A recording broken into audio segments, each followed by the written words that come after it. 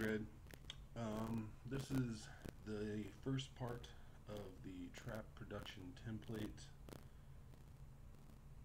beginner tutorial series.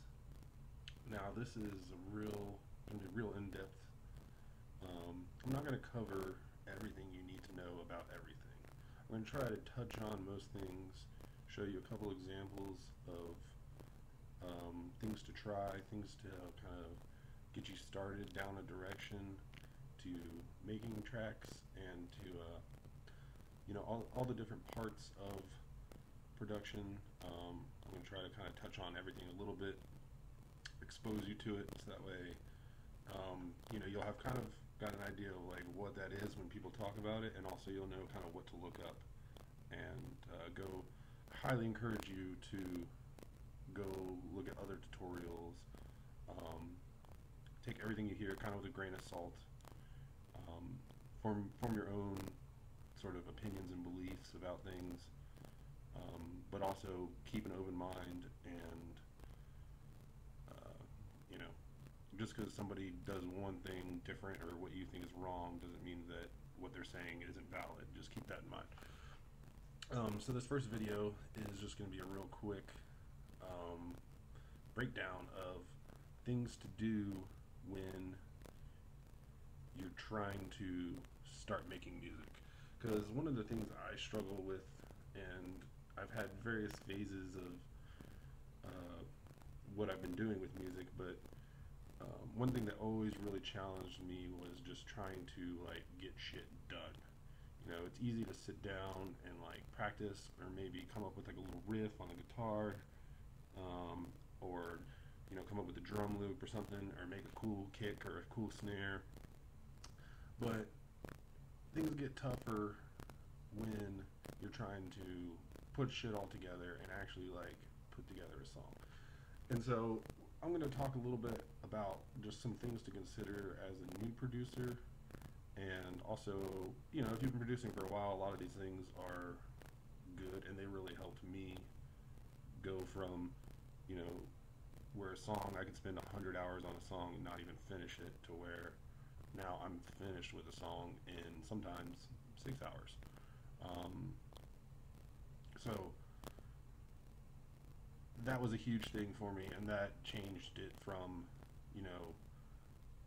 where sometimes I wanted to make music, but then I'd sit down and like look at all these unfinished tracks and like try to find something that that inspired me and that I wanted to work on, and I would just get kind of lost and then end up not really getting anything else accomplished. That happened a lot, and it kind of defeats you after a while. And there was times I quit producing music because of that, and also other reasons. But getting out of that sort of slump, I think, is one of the hardest things to do as a musician. To go from where you're trying to play or create music to where you are creating music or playing music. That's always the most difficult part. And then once you get over that, there's still a shit ton to learn, but once you figure out how to create music, then you're having fun, you're getting things accomplished. There's a sense of accomplishment every step of the way, and that makes a huge difference in whether you'll continue doing that or not. At least for me, I like to do things that at the end of the day, I can be like, oh, I did that today. My day job is blowing glass. I make glass pipes. So every day I make tons of actual products, not tons, but I make a lot of stuff every day that are actual products that I can look at the next day when I pull them out of the kiln. I can look at them and say, you know what, I made that. And that is a good feeling. It motivates me a lot more than like when I used to be a computer programmer, and you get a random client that wants some shit, and they you don't, once you kind of like do your little thing, it just kind of disappears into the world of the internet or whatever, and you might hear feedback on it or whatever, but a lot of times like you don't really ever get to take care of your babies. And so as a sort of artist and musician, I like things that give me instant results, or not necessarily instant results, but things that, you know, I can look at and have like a something tangible at the end of it. So anyway, here's some things to consider when you're getting into production. There's a lot that goes into production. So let's talk about real quick what is production. Producer, we'll call it. So what most people call themselves. We're going to say producer slash DJ because a lot of people just call it that now. So what the fuck ever. I guess that's what we're calling it now. So producer DJ, what do they do? Let's just talk about some of the things they do, or that we see these people do. So they release or write music, right? Perform music. And then something that, you know, you don't think about as much, but they also promote music. And also they sell music. And also, they, like, when I say music, this is, you know, music in all forms. So a live show, copy, you know, an MP3 on the internet, a CD, a vinyl, and also any sort of music merchandise. You're selling your brand, I guess you could say, more so than music. But so these are like kind of 4 basic things that a producer DJ does. That's once you've hit the professional level, we'll say. You're doing all these things to some degree, or you're having somebody do them for you. So with that in mind, there's a lot of shit you gotta learn if you want to make electronic music. Because, you know, just in this right here, this releasing music, there is so much you gotta do just to make music to begin with. Then it's gotta be good. Then you gotta do it often. And, you know, then you can start doing these other things. You can't even do these things until you've done this. And you don't necessarily have to release it, but at least have music ready for release. You gotta have something to show people, right? So I'm not gonna get into all the different parts of what is involved in each of these steps, but suffice to say that there's a lot of shit that gets done. There's plenty of tutorials and articles and videos you can look up. You know, I would check out bassgorilla.com is a good tutorial site. They have a lot of tutorials on sound design and some workflows and mixing and really just everything around bass music. And then also I would check out Ill Gates' Ill Methodology. That's really good too. He talks a lot more higher level concepts, but it's all very important to not only, you know, learn how to make cool noises and arrange them and, you know, all the technical production stuff, but also to learn and start thinking about all the stuff that goes around the rest of this. You know, you gotta think about, while you're making your music, how am I gonna play this live? You know, I highly recommend you learn an instrument. Doesn't matter what it is. Piano's good for producers. A lot of people don't really dig on piano, which is fine though. If you don't like piano, you know, you can play things.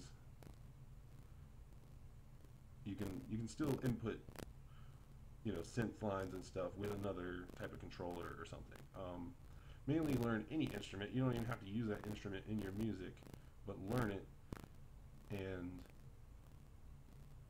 it'll show you a lot. This is one of those things that, you know, we're going to talk a bit more about breaking up your time in a second here, but this is something you should be doing on the side, or maybe as your main thing. You know, maybe you're already a musician. Keep down that path for sure while you're producing, because, you know, if you look around, like, a lot of the best producers play multiple instruments, and that way it makes sense, because if you're kind of writing a real complex track by yourself and you've got all these different parts, it really helps to know even if you're not, you know, say playing a violin for this violin track, it helps to know how a violin is played and sort of like the things a player can do to give it a feel, and then how to replicate those. You know, if you understand how the player does that, then you can better translate that into how you program your sounds or your, you know, your patches or whatever to replicate that. So, and then beyond that, the biggest reason to learn an instrument is because when you're playing an instrument, you have to kind of find this sort of free-flowing state of, you know, people call it flow or in the zone or whatever, but you know, you have to kind of find that in a musical sense, and being able to tap into that while you're producing, I find really help. That when I went back, when I was like, I think I was like 25, I went back and started playing bass all the damn time. And then eventually I started playing guitar more and some drums again too. But you know, when I was younger, I played saxophone when I was in middle school band, and that started me in music or whatever, as far as, you know, traditional classical music theory. And around the same time, I picked up guitar and bass, and then my brother had a drum set, and so we had all that shit set up in our basement, and so I learned how to play all those things, and piano, keyboard, at a pretty young age. But I never really like took it super seriously and got very far with it as far as actually playing it. So when I got older, you know, I went back and started really practicing and getting good at playing guitar and bass. And you know, I'm not great at them or anything now, but I can definitely like lay down enough of what I want to then come in to Ableton, and I can tweak it and do whatever. You know, if I'm not capable of playing a line that fast, say, you know, I can just chop it up and arrange it to where, you know, it sounds like I did. But that really helped me with creating just music. You know, the ability to improvise is a huge boon to a producer. So with that said, not only learn an instrument, but also learn music theory, right?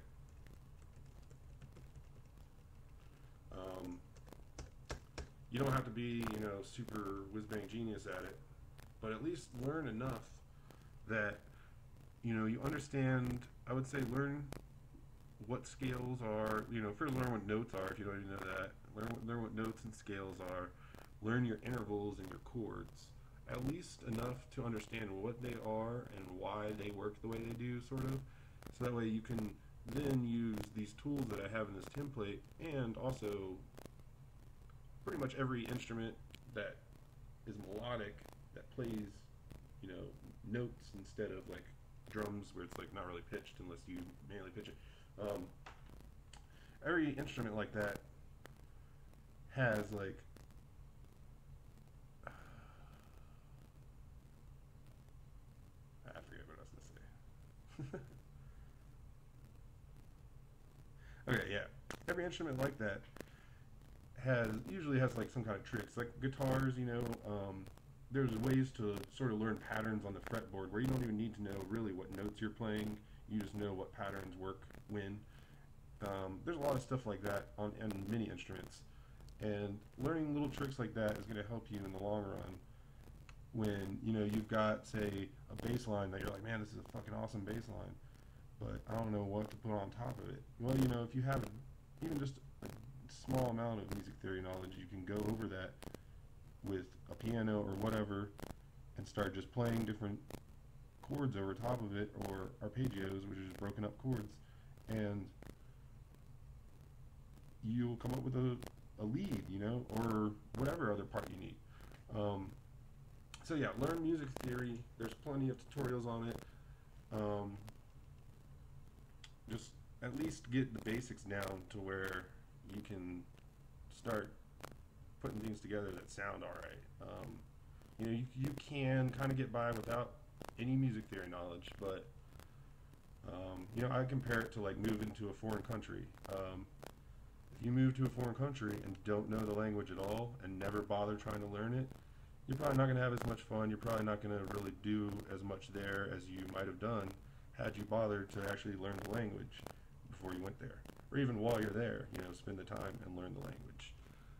I like to compare it like that. So think about it like that. You know, if you don't need to know music theory, but it doesn't hurt you to do it.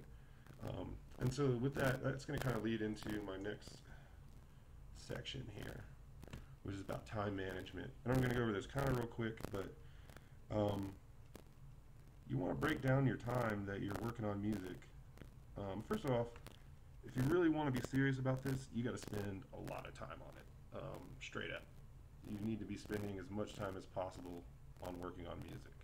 So with that said, if you have, you know, if you're in school or have a job like most people do, something like that where, you know, you don't really have like full days every day just to spend on music, then what I would do is those days that you work or go to school and that you know, only might have, you know, maybe an hour or maybe like 3-5 hours max to work, then I would take those days and do all your other tasks other than making songs.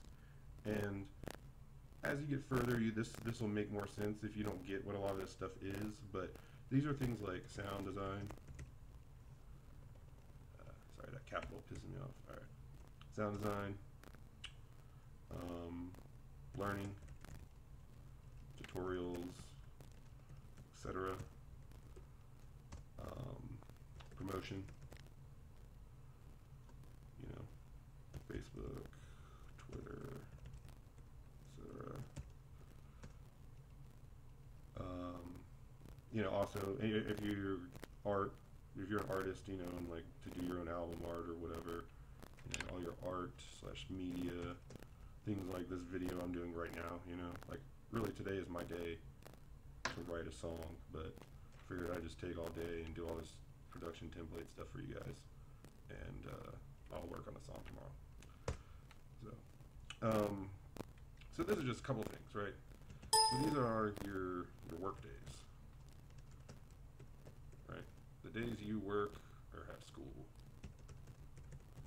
You want to be doing shit like this on those days. You know, like you should be looking at this tutorial and playing around with this template and just getting a feel for stuff. Don't even worry about trying to actually make something at this point, you know. You want to do that when you have enough time to really sit down and get it done. And so that's what your other days are. So your weekends, my text got smaller.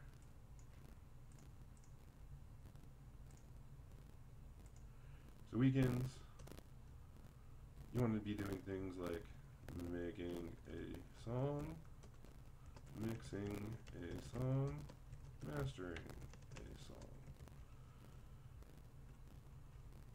I'm going to put stars by these because you can kind of do that during the week. Only I'd say like once you've done your initial mix down, if you just need to go back and like make some little tweaks, you can do that during the week too. And same with mastering, you know, once you've done your main master session, if you're just going back and trying to wrap up a few little things here or there, that's cool. I wouldn't start mastering a song when you have an hour left to work or something like that. I mean, you can do master jobs in less time than that, but you want to make sure you have time. You know, you'd rather have plenty of time left over than not enough time. Okay, so that's kind of the rough idea. Let me give you a little schedule here. We'll just say, you know, Monday, Tuesday, Wednesday. Okay. So say on Monday, let's say you're totally new. So this is going to be kind of a learning heavy schedule. So what I would do is on Monday maybe do some music theory. You know, possibly learning an instrument while you're doing it. That's a good way to learn music theory. Go ahead and learn an instrument at the same time. Tuesday, maybe play around with some sound design. do a tutorial if you don't know where to start, or just, you know, play around with some of the concepts I showed you or that you've seen somewhere else maybe. Wednesday, maybe, you know, I do most of my sort of promotion stuff on Wednesday and Thursday, because usually, like, on Saturday and Sunday I do, you know, the bulk of my writing or whatever, and then Monday and Tuesday I kind of use to wrap up anything or whatever, and then Wednesday and Thursday I, you know, either promote or learn about promoting. And then here I would Thursday say what's called exploration.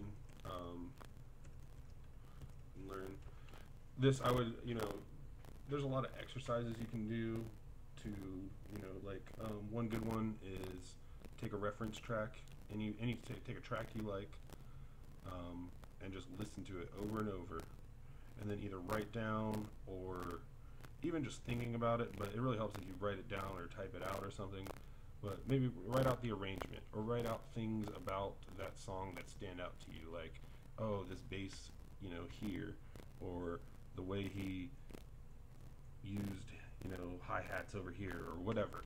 Write down shit like that while you're listening to tracks, and it'll just help you break down, you know, things you like about the music that you listen to and why you like it, and also how to replicate that. And not to say that you want to copy these things, but learning what people did and why it worked for you will help you make things that are going to work for other people. Fridays. This would be a good day to do more sound design. I would not do tutorials this day. I would do more prep. So I would do sound design, but, you know, maybe on Tuesday, say you came up with a cool synth for your bass, or for your leads.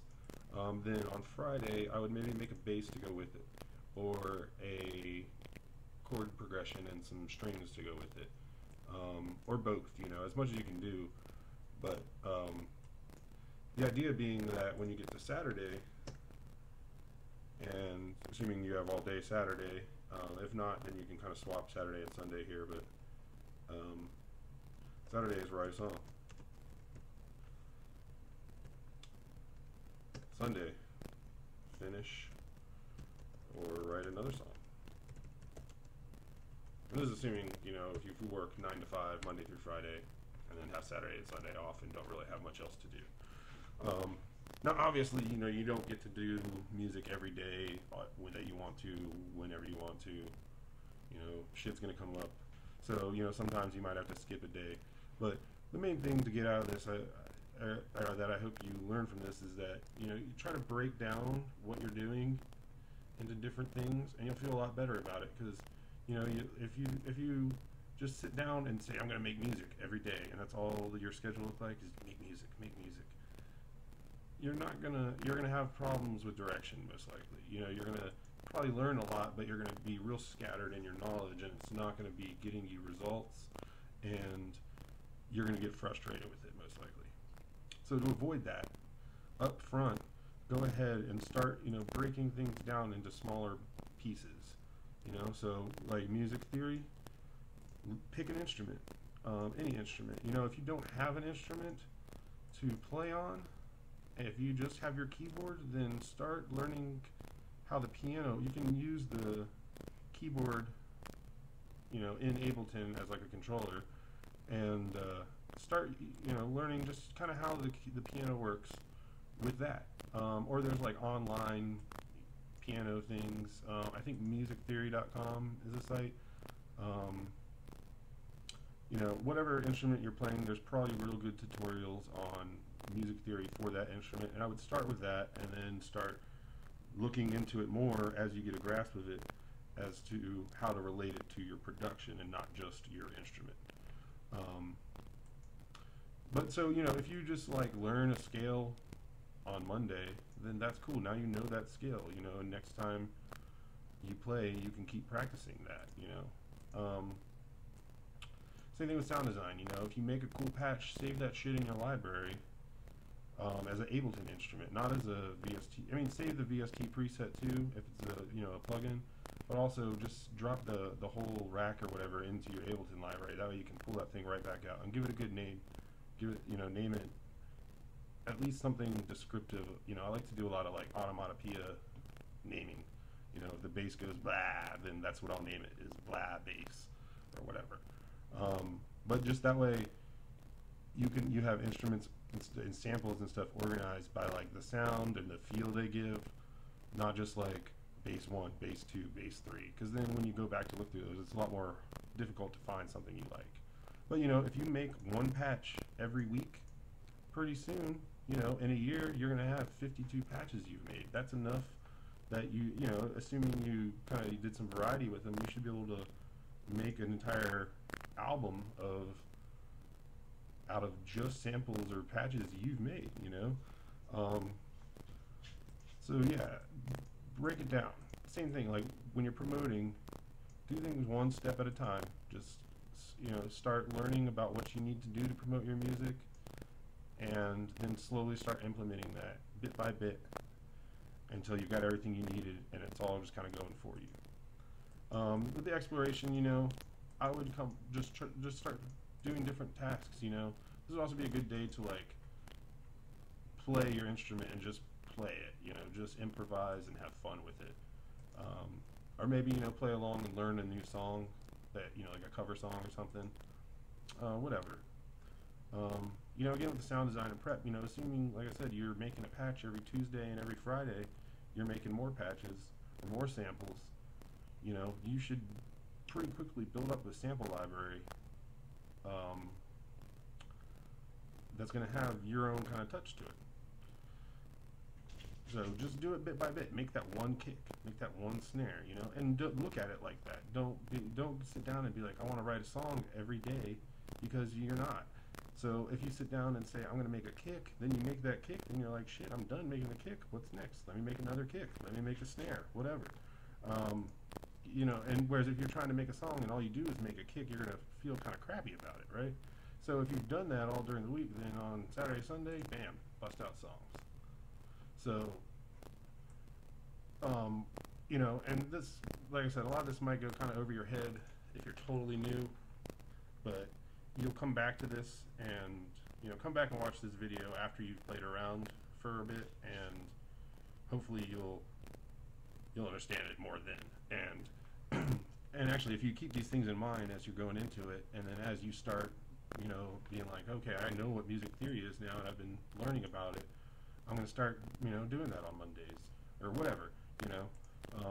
Once you start understanding how to design sounds, you know, you've done enough tutorials to actually start making some patches of your own that aren't complete shit, then you'll start, you know, doing that on Tuesdays or whatever.